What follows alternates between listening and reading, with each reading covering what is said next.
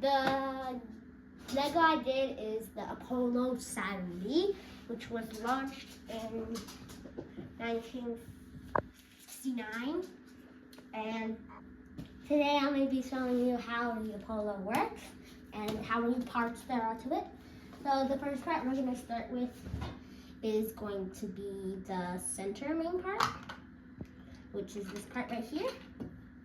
And as you can tell, if you grab this part, you can grab this and you can put it inside where it will connect to this part. This part is where this is just the top part where they release when they already have everything. Then to complete this part, you need to put it at the bottom, click it, and then put it on the other side. Then re-click. And this is the first part of it. As you can see, the camera might want to get closer. It has a sharp edge with cubinized 2 horn heads on it and a lot of gray flowers on it that look like flowers. The bottom part is where this goes. It'll cover it up properly. Okay, the next part I'm going to do is the hardest, which is this part.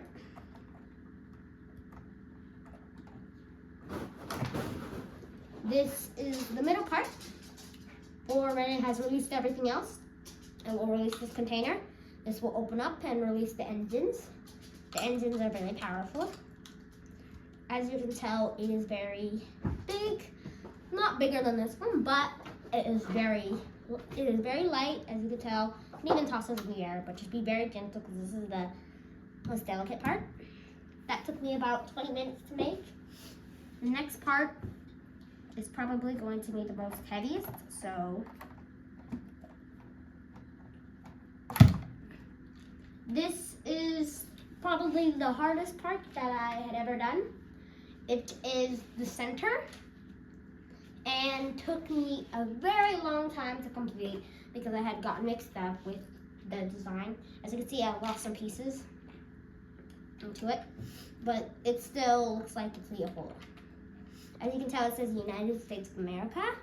The bottom part has more thrusters than this one because it needs more energy to carry it since it's so flatty. And it carries the, I'll get to that part later. It carries this inside of it. I can't show you that right now because if I open it up, it'll probably break. So yeah, but I did have time to open that. This would be inside. And as you can tell, we're already halfway through. We're already 2/3 in. The last part was probably the most hardest out of it all to make because it took a very, very, very long time to make. And this is the last part that I needed to do. And as you can see, it has very big thrusters because this is the car gauge that carries all these and makes sure that it's also superior and stable. So when the carrier is being launched, the setup goes like this. If you build this, be very gentle. It's very breakable. I got very mad. You see these spots on the bottom. There's hookers right there. You line it up. It won't stick all the way, but make sure that you don't break it because it's very gentle and delicate. And then, if you want this, you don't have to do it. Is the part here. You can attach it like this. It's a deadly line. You just attach it. Now it's too small for me to see, so too small. So I'm gonna have to put this on the bottom. If you don't mind. So see, as you can see, you put this right here. You look at the 2 things again. The camera can zoom closer. These 2. You look for the 2 red. The camera can zoom closer. 2 reds here. Attach. But you also have to make sure the most important part is that the blasters go in the correct spot. And be very gentle that this part can poke your eye, which can hurt really badly. So if you connect it, it will stick like that. And how do I put this directly?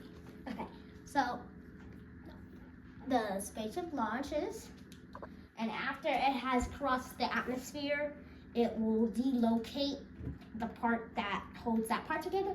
It will launch it out into space where it would probably crash back down into Earth. And this is the last of the part. It launches, and then afterward, after these thrusters have run out, it will release the second package. This will drift out and crash somewhere on Earth. And then the next part is the fun part. This is the confusing part. You might think that this might come off next because it has the last blaster.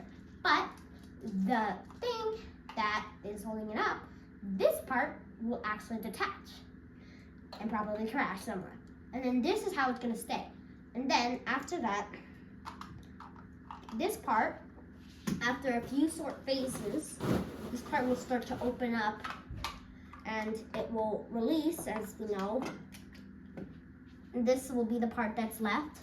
It will be holding this in it. It will be holding this, which is a favorite part that I love. It will go securely inside the container and close. And this will start to unravel. This will crash down onto the moon safely and softly, where the astronauts can explore and place the planet Earth symbol. And then after that, once they have done that, this is a containment ship that is only fueled for enough fuel to get back to Earth. So they will use that fuel to crash back down on Earth. But this is the funniest part. This will transformate into this. The astronauts will land, and the bubbles right here, and they'll land this way. They'll plop back up because of these. These are here to make sure that the passengers don't get injured. And as you can tell, I practically just dismantled the whole thing. So as you can put it back together.